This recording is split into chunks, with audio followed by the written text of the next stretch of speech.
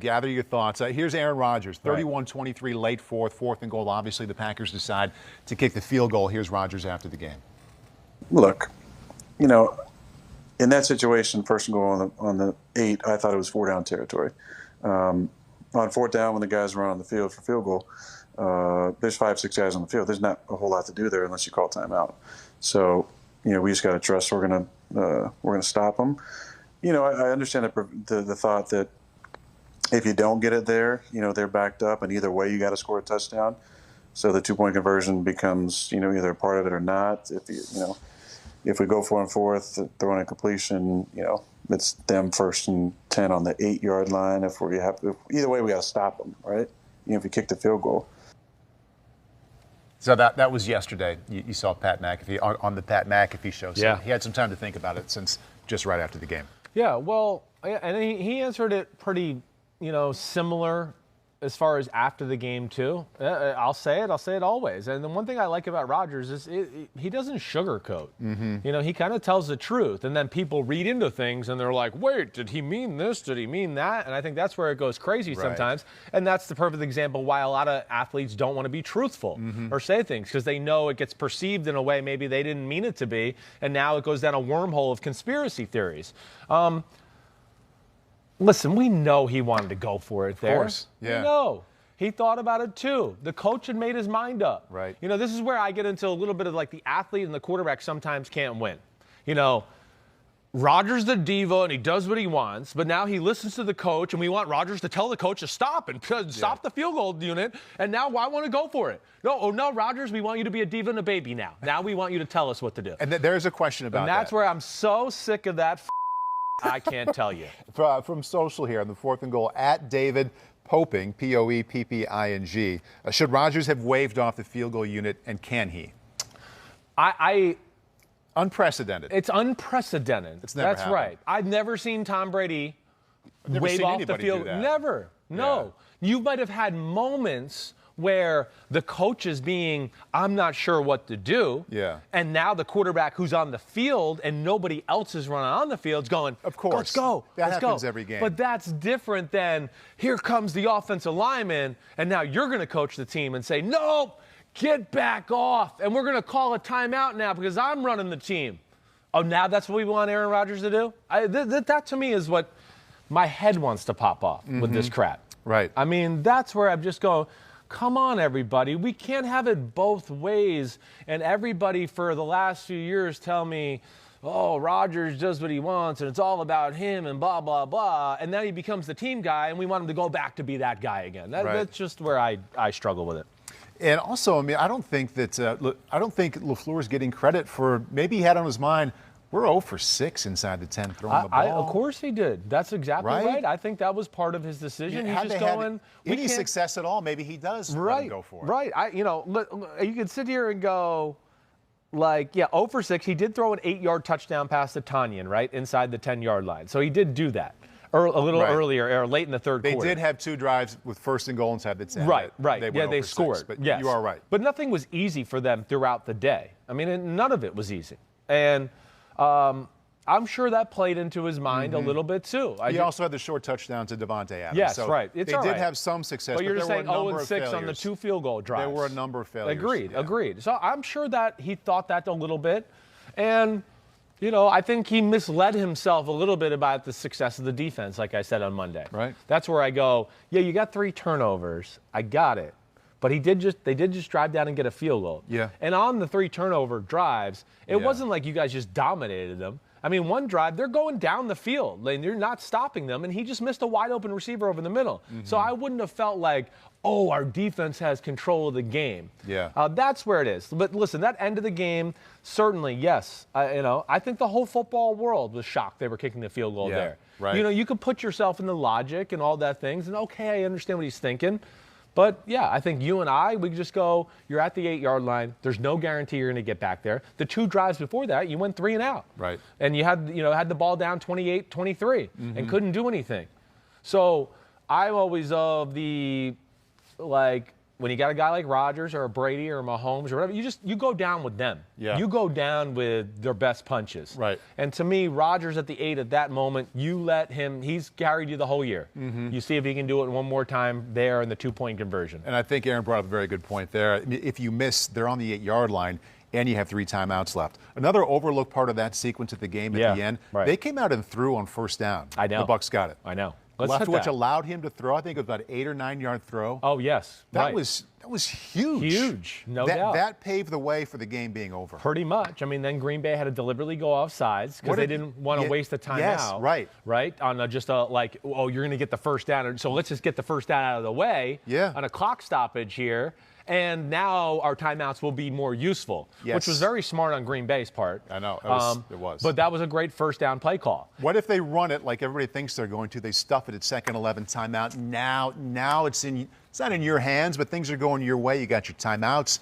Now they're backed up a little bit if it's second down 10, second 11. I didn't think that got enough play during the game and also after. I agreed. That was the right play, the right throw, the right decision by the coaching staff. I was yelling at the TV. Green Bay, they're going to throw it.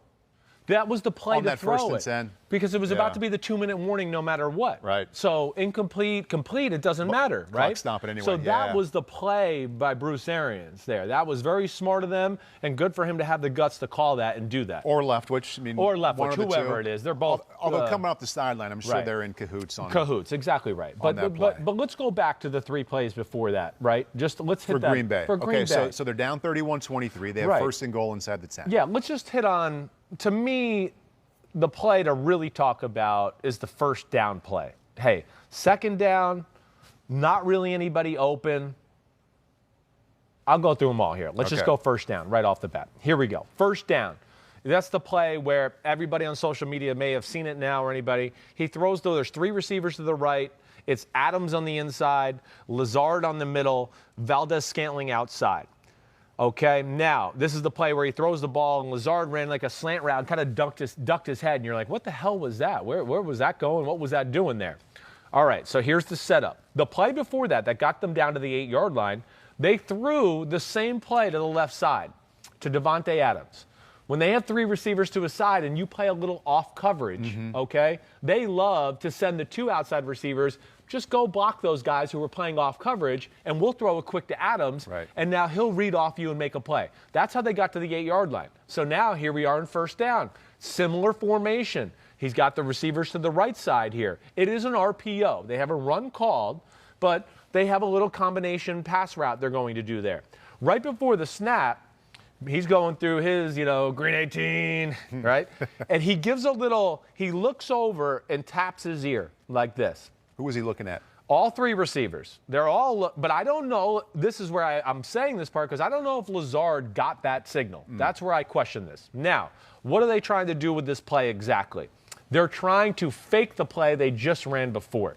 Davante Adams in the flat. Oh, they just saw that. Let's hear it again. Here it is again. Maybe they'll bite the hook this time. Yeah. And what he wants is, hey, I get the ball, and I'm going to look out there like I'm going to throw one of those quick routes to Davante Adams. Valdez-Scantling, who's on the outside, he comes off the ball and stutters and makes it look like, hey, I'm going to block you. And then he goes to the back pylon and runs a go route. Lazard's supposed to do the same thing on the nickel back. Kind of come out and then just go straight up the field, the seam route, and that's where Rodgers threw it. There was a hole there. But Lazard went inside and ran a slant route. I thought Aaron overthrew the quick slant and was mad at Lazard for not looking. I know. You think he was supposed to go down the seam? I think he's supposed to go vertical. That would make more sense with where the ball went. Right. And my experience with that play and watching them do it, because they run this play almost every other week because they throw that ball to Adams in the flat so much. Yeah. This is how they keep you honest. Oh, you're getting over aggressive with that? Oh, we got a double move off of it, basically. Yeah. And that's what makes defenses not go over aggressive on stopping the Adams part of it. And yes, what you're trying to do there is, yes, get that nickel back to now jump up to take Adams. Yeah. And now you got 2 guys going vertical, and the corner's got to make a decision there, because the safety's deep and he's in no man's land at this point. Makes more sense now why he was right away mad at him. I'm not sure 100%, but I'm pretty damn sure just from my experience of knowing the play and watching Green Bay a lot on film. So that to me was the big play. I'm really trying hard not to make an Iowa State joke. Right. Because he didn't go to the right place. Went to the other school. Right. Go ahead. Right. Go ahead. It's all right. But I like Alan Lazard a lot. I really do. Great player. He's done a great job for them. He really has. Does everything well. But that to me was the play. Because now on second down, that's the play where Rodgers gets out of the pocket. He throws the ball in the back of the end zone to Davante Adams. He hyperextends his knee as Sue's hitting him as he's throwing the ball. And there was really nothing there. They ran a double post concept on second down. 82 double post. I know the play as well. This is LaFleur, who came from Shanahan, and McVay, who came from Gruden, so I know it. And Adams maybe beats that corner up top, but Devin White does a great job of kind of being underneath it to where Rodgers can't throw it, because if he throws it and Devin White gets his hand up, the ball gets tucked in the air, the game's going to be over. It's interception. It's a great example of something we hear all the time inside the red zone, especially inside the 10, how the field shrinks and the windows get smaller and they're open for a less amount of time. Right. So he eventually opened up, but he was half yard out of the back of the end zone. Exactly right. It was too late, and White Rodgers did just enough at the right time. Just enough at the right time. Exactly right. And, Rodgers did what he usually did. Like, if you want to pick on Rodgers on any play, that was the play I could maybe pick on him. Should have thrown it where earlier. I would just go, you didn't really need to leave the pocket there. There was actually pretty good protection. Maybe if you just stood there and just threw one of your Aaron Rodgers lasers, maybe it gets done. But, again, that's extremely nitpicky on a guy who, like Mahomes, has made a living in the red zone of break the pocket, everybody come get me, laser by your ear. So he saw that Red Sea part, and he goes, okay, this is what I do. This is perfect. I'm going to run up in there, and some idiot's going to come try to get me, and I'll throw the ball right by him for a touchdown. Right. Except Tampa was very disciplined. They didn't do that. And the front four for Tampa, which was their great advantage all day, they never had a blitz. Their front four dominated the game by themselves, and they were around Rodgers, in scenarios where people aren't usually around him. And so then third down. Third down is of course, could he have ran? Right. It was the same thing, escaping to the right. Escaping to the right. This time he had to. Shaquille Barrett whooped the crap out of the right tackle, Ricky Wagner. So now he's got to get out. And they have double under. The three receivers on the right are running 5 yards and under. The inside guy's running a corner route. Davante Adams I think this is a double move. Right? They're fake. They run this play a lot too. So they're going, wait, they've seen this on film. So let's fake that under. And now the linebacker and safety will come to, hey, they're going to throw that under route. And he goes vertical up the middle of the field. That's what they were hoping for in that play. Right. So Rodgers is looking at it. He drops back. I'm being righty right now, okay? And now he's looking at Adams. Adams makes his little move as he starts to make the pocket. As he's doing that, Devin White has a hold of him, and there's physical contact. So Rodgers gets off of it. He can't sit there and wait for him all day and go, oh, okay, I'll wait. Hold on, let me bake a cake. Sue and JPP, you guys hold on a second. I just want to make him get open. So now he's still on the move, and he's pump faking.